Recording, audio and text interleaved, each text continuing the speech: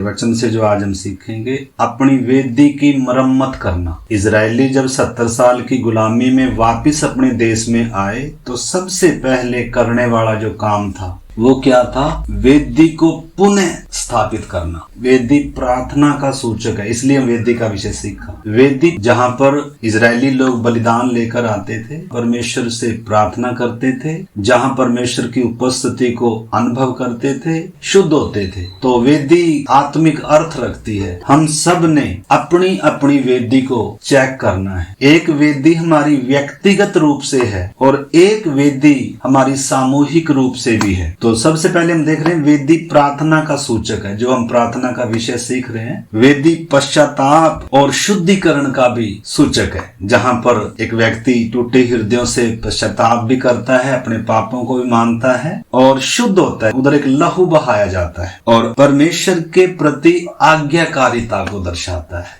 परमेश्वर को प्राथमिकता का सूचक है। सबसे पहले इजरायली वेदी का निर्माण कर रहे हैं, वो हम सीखेंगे। इजरा की किताब में से हम सीख रहे थे 3 अध्याय में से, ताकि हम अपने जीवनों को समझ सकें। हमारी वेदी कहीं गिरी हुई तो नहीं है, हमारी वेदी की कहीं मरम्मत होने वाली तो नहीं है। हम अपने जीवनों को चेक करना है। वेदी वो स्थान है जहाँ एक व्यक्ति परमेश्वर के साथ वार्तालाप करता है, मेल करता है, प्रार्थना करता है, धन्यवाद करता है, बलिदान चढ़ाता है। यीशु ने भी कहा, मत्ती 5 अध्याय जब हम उसका 23-24 वचन पढ़ते हैं, प्रभु ने कहा, जब तू भेंट लेकर वेदी पर आए और तुझे स्मरण आए कि तेरे भाई के मन में तेरे प्रति कुछ है, तो पहले भेंट उधर वेदी के पास रख दे और पहले जाकर क्या कर, अपने भाई से मेल मिलाप कर और तब आकर क्या कर, वेदी पर बलिदान चढ़ा। और वो बलिदान क्या किया जाएगा, वो भेंट क्या करी जाएगी, स्वीकार की जाएगी। तो वेदी आत्मिक अर्थ रखती है। सबसे पहले हम देखते हैं, हाबिल बलिदान लेकर आया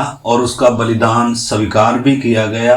उसके बाद जब जल प्रलय आया, तो जल प्रलय के बाद जब नूह किश्ती में से निकला, उत्पत्ति 8 अध्याय का 20-21 वचन, तब नूह ने यहोवा के लिए एक वेदी बनाई। सबसे पहला जो काम कर रहा है, और सब शुद्ध पशुओं और सब शुद्ध पक्षियों में से कुछ कुछ लेकर वेदी पर होम बलि चढ़ाया। इस पर यहोवा ने सुखदायी सुगंध पाकर सोचा, मनुष्य के कारण मैं फिर कभी भूमि को साफ न दूंगा। यद्यपि मनुष्य के मन में, तो आगे आप उसको पढ़ सकते हैं, परमेश्वर ने सुखदायी सुगंध की तरह उसको स्वीकार किया जब होम बलि चढ़ाई वेदी। तो हमारा जो मुख्य विषय है, हमने भी अपनी वेदी को समझना है। वेदी का अर्थ क्या है, किसका सूचक है वेदी, क्या अर्थ रखती है वेदी। तो उस समय तो परमेश्वर ने कोई व्यवस्था आज्ञा नहीं दिया था, लेकिन ये परमेश्वर की उपस्थिति में आ रहे हैं, उससे विनती कर रहे हैं, कुछ स्वीकार कर रहे हैं, प्रभु हम पापी हैं कर बलिदान लेकर आ रहे हैं। और उसके बाद हम देखते हैं उत्पत्ति 12 अध्याय में, 12 अध्याय का जब 7 वचन से हम पढ़ते हैं, तब यहोवा ने अब्राहम को दर्शन देकर कहा, यह देश मैं तेरे वंश को दूंगा। और उसने वहां यहोवा के लिए, जिसने उसे दर्शन दिया था, एक वेदी बनाई। फिर वहां से आगे बढ़कर वह उस पहाड़ पर आया और जो बेतेल के पूर्व की ओर है, और अपना तंबू उस स्थान में खड़ा किया जिसके पश्चिम की ओर तो बेतेल और पूर्व की ओर ए है। वहां भी उसने यहोवा के लिए एक वेदी बनाई और यहोवा से प्रार्थना की। वेदी प्रार्थना का सूचक है, परमेश्वर के साथ संबंध का सूचक है। अगर मेरे जीवन में प्रार्थना नहीं है तो वेदी नहीं है। अगर मेरे जीवन में परमेश्वर पर विश्वास नहीं है तो वेदी नहीं है। खुद इनके अंदर भावना आ रही है परमेश्वर के साथ अपने संबंध को जोड़ना, परमेश्वर पर विश्वास कर रहे हैं, उसके सामने कुछ स्वीकार कर रहे हैं, उससे प्रार्थना कर रहे हैं। किसी ने नहीं इनको बताया, इनको किसी ने नहीं बताया, कोई आज्ञा नहीं थी इनको परमेश्वर ने, लेकिन एक मतलब इनके अंदर क्या आ रही है, परमेश्वर से बात करने का, परमेश्वर के निकट आने का इनके अंदर क्या आ रहा है, वो मन आ रहा है। और परमेश्वर ने इनकी भेंटों को, इनकी प्रार्थनाओं पूजाओं को, इनकी आराधनाओं को क्या किया, स्वीकार भी किया। और इसके बाद हम देखते हैं, आप मेरे साथ निकाल लें, पहला राजा 18 अध्याय का 30 आयत से। तब एलिया ने सब लोगों से कहा, मेरे निकट आओ, और सब लोग उसके निकट आए। तब उसने यहोवा की वेदी जो गिराई गई थी मरम्मत की। वेदी अहम स्थान रखती है, वेदी परमेश्वर के साथ संबंध को जोड़ती है। लेकिन एक ऐसा समय आया इजरायलियों में, वेदी गिर चुकी है, प्रार्थना नहीं है। जिस व्यक्ति के जीवन में प्रार्थना नहीं है, उसकी वेदी गिरी हुई है। उसने अभी तक परमेश्वर के साथ अपने संबंध को क्या नहीं किया, उसके जीवन में परमेश्वर पर विश्वास नहीं है। कितने लोग तो प्रार्थना करते ही नहीं है, और कितने को मूड होता है तब कर। हमने अपनी वेदी को चेक करना है मेरे प्यारे भाई बहनों। प्राथमिकता हम किसको देते हैं, खाने पीने को, काम धंधे को? क्या परमेश्वर हमारे जीवन में प्राथमिकता रखता है? क्या प्रार्थना हमारे जीवन में प्राथमिकता रखता है? क्या हमारी कोई वेदी है जहां हम परमेश्वर के पास आते हैं, जहां हम अपने पापों को, कमियों को मानते हुए शुद्ध होते हैं? हमने अपनी वेदी को अगर मरम्मत करने वाली है तो मरम्मत करना है। कोई पत्थर गिरा हुआ है तो उसको ठीक करना है, अगर नहीं है तो उसका निर्माण करना है। वेदी एक ऐसा स्थान है जहाँ परमेश्वर इंसान से क्या करता है। मैं विश्वास करता हूँ आप बात को समझ रहे होंगे। तो इधर इजरायलियों ने वेदी गिरा दी, बाल असेरा की पूजा कर रहे थे। वो आप ऊपर से पढ़कर देख सकते हैं 18 अध्याय में, बाल के पुजारी, वेदी गिरी हुई है, और इजरायली कह रहे हैं जो कोई स्वर्ग से आग उतार देगा ना, वो ही परमेश्वर है। और बाल असेरा की क्या कर रहे थे, उपासना कर रहे थे। यहोवा से संबंध ही तोड़ दिया। परमेश्वर के लोग हैं, विश्वासी हैं, अब्राहम की संतान है, लेकिन परमेश्वर से क्या नहीं है, संबंध नहीं है। आज भी ऐसा है, कितने लोगों को प्रार्थना कोई अहम स्थान उनके जीवन में। अभी जब हम चैन प्रेयर का हमने विषय दिया था तो सब मतलब करनी है, क्या करें, शायद मजबूरी से करी हो, लेकिन क्या सचमुच में हमारे अंदर से ये आता है कि मैं परमेश्वर से बात करूं? अगर परमेश्वर से एक व्यक्ति प्यार करता है तो उससे बात किए बिना वो रह नहीं सकता, उसका धन्यवाद किए बिना रह नहीं सकता, उसके सामने अपने पापों को माने बिना रह नहीं सकता, उसकी उपस्थिति में आए बिना रह नहीं सकता। तो हमारी वेदी हमने गिरा दी, अपनी वेदी को हमने मरम्मत करना है मेरे प्यारे भाई बहन। लिखा है यहोवा की वेदी की जो गिराई गई थी मरम्मत की। फिर एलिया ने याकूब के पुत्रों की गिनती के अनुसार जिनके पास यहोवा का यह वचन आया था, तेरा नाम इस्राएल होगा, 12 पत्थर छांटे। वेदी 12 पत्थरों से बनाई जाती है इजराइल में, तब परमेश्वर उनका बलिदान, उनकी भेंट स्वीकार करता है। 12 पत्थर इजराइल के 12 गोत्रों को दर्शाते हैं, उनकी गिनती के अनुसार 12 पत्थर हैं। 12 पत्थर किस चीज को दर्शाते हैं? संपूर्ण उपदेश को दर्शाते हैं। मतलब परमेश्वर के पूरे बाइबल को, वचन को स्वीकार करना, आधे अधूरे वचन को मानना नहीं है। अगर आधा वचन मानते हैं, आधा वचन मानते नहीं है, तो फिर हमारी वेदी में 12 पत्थर नहीं है। एलिया ने 12 पत्थर छांट कर गिनती के अनुसार कि इजराइल का परमेश्वर सिर्फ यहोवा है, एक गोत्र का सिर्फ नहीं, 2 गोत्र का सिर्फ नहीं, बल्कि 12 गोत्रों का परमेश्वर यहोवा है कर।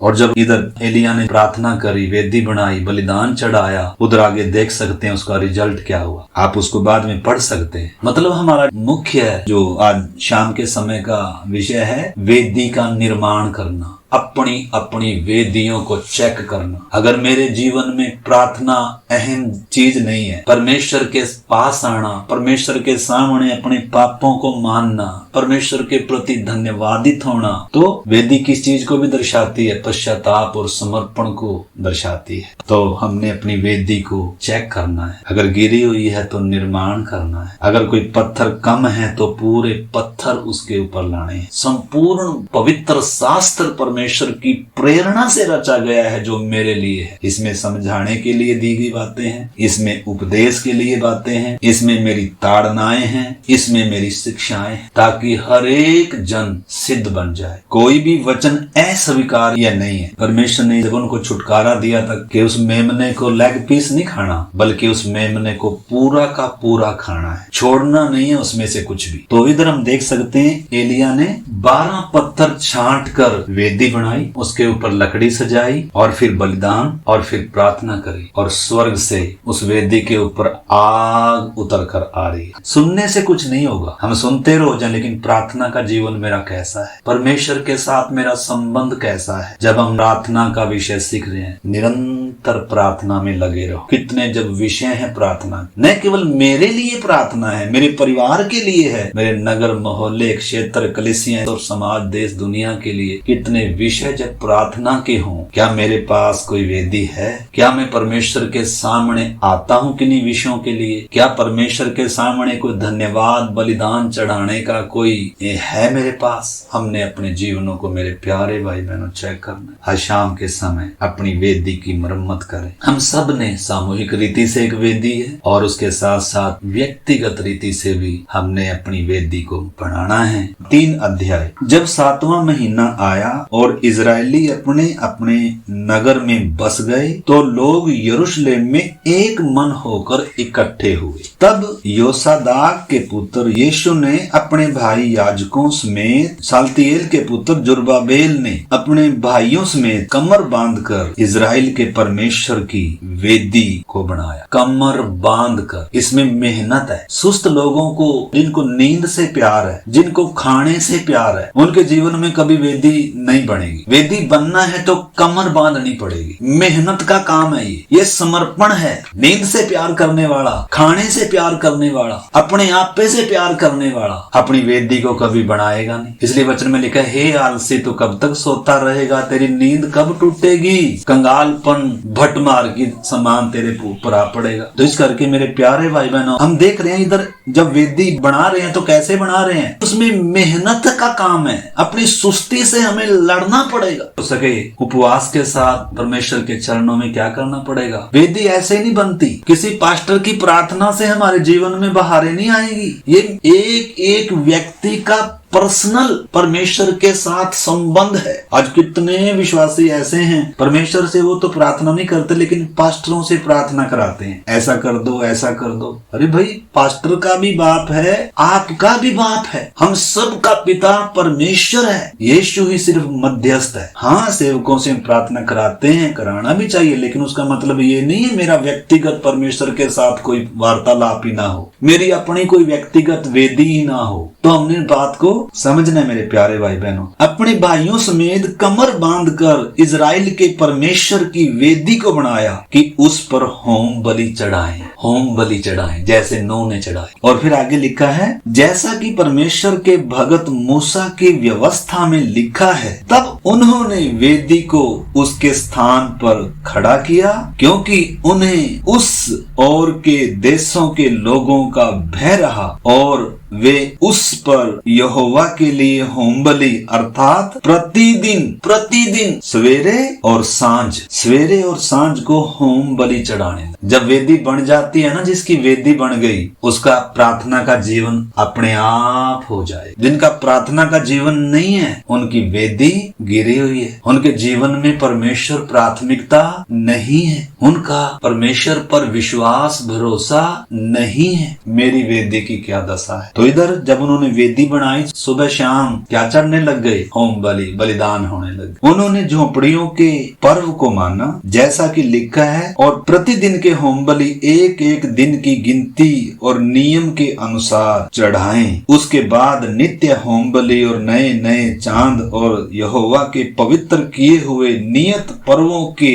बलि और अपनी अपनी इच्छा से यहोवा के लिए स्वेच्छा बलि, अपनी इच्छा से यहोवा के लिए स्वेच्छा बलि हर एक के लिए बलि चढ़ाएं। तो सबसे पहले जो करने वाला काम है वो वेदी का निर्माण करना है। वेदी नहीं है तो परमेश्वर से संबंध नहीं है, वेदी नहीं है तो प्रार्थना नहीं है, वेदी नहीं है तो विश्वास नहीं है, वेदी नहीं है तो हम परमेश्वर की उपस्थिति में नहीं आ रहे। वेदी का मतलब ये नहीं है कि हम कहीं पत्थर की वेदी बना रहे हैं, कोई मूर्ति शूर्ति बना रहे हैं ना, मतलब ये प्रार्थना का सूचक है। जब हमारी वेदी सही है तो हम प्रार्थना कर रहे हैं, हम धन्यवाद कर रहे हैं, हम परमेश्वर पर भरोसा कर रहे हैं, हम विश्वास कर रहे हैं, हम बता रहे हैं प्रभु हम आप पर निर्भर हैं, हमें आपकी सहायता चाहिए प्रभु। हम आपके हैं और आप हमारे हैं प्रभु जी। अगर वेदी नहीं है तो ये कुछ भी नहीं होगा। कभी कभार प्रार्थना नहीं है। परमेश्वर के साथ का संबंध संडे के दिन का नहीं है, 7 दिन का है, 24 घंटे का है। ये भक्ति भी नहीं है, ये रिवाज भी नहीं है, ये मजबूरी भी नहीं है। ये परमेश्वर के साथ अपनी श्रद्धा को, अपने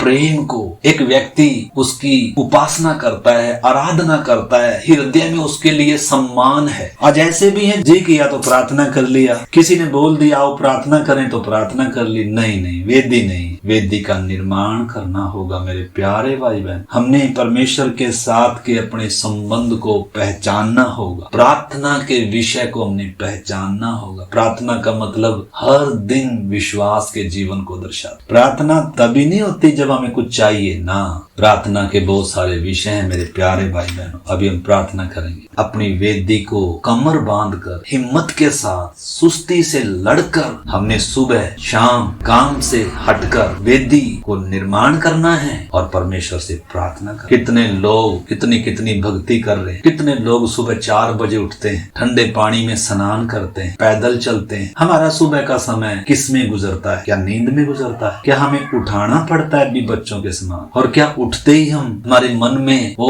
भाव होता है कि प्रभु धन्यवाद, आज का दिन आपने दिखाया, आज का प्रकाश दिखाया, प्रभु आपने जीवन श्वास दिया। क्या हमारे मन में कोई है जो हम परमेश्वर के सामने रखें? हमने अपने जीवन को चेक करना है, क्योंकि आज भीड़ ऐसी भी है मेरे प्यारे भाई बहनों जिनका परमेश्वर के साथ कोई रिश्ता, कोई नातन। प्रभु भोज भी तोड़ते हैं, बपतिस्मा भी लिया है, लेकिन उनकी वेदियां नहीं। आइए हम अपनी वेदी को चेक, मैं भी अपनी वेदी को चेक कर रहा हूँ, आप भी अपनी वेदी को चेक कर। ये प्राथमिकता दर्शा। हाबिल वेदी बनाकर बलिदान चढ़ा रहे। नूह, किसी ने उसको कहा, नूह सबसे पहले जैसे ही जल प्रलय हुआ, इतना बड़ा विनाश उसकी आंखों के सामने हुआ, और जैसे ही वो किश्ती से बाहर आया, उसने सबसे पहले यहोवा के लिए वेदी बनाई और उस पर शुद्ध पशुओं का होम बलि चढ़ाया। परमेश्वर को स्वीकार्य हुआ, वाचा बांधी, परमेश्वर ने बातें करी, फूलो फलो पृथ्वी पर भर जाओ कर कर आशीष दी परमेश्वर ने। तो इस करके आइए मेरे प्यारे भाई बहन, हम अपनी वेदी को आप आज चेक करें। मेरा प्रार्थना जीवन कैसा है? मेरा परमेश्वर पर विश्वास कैसा है?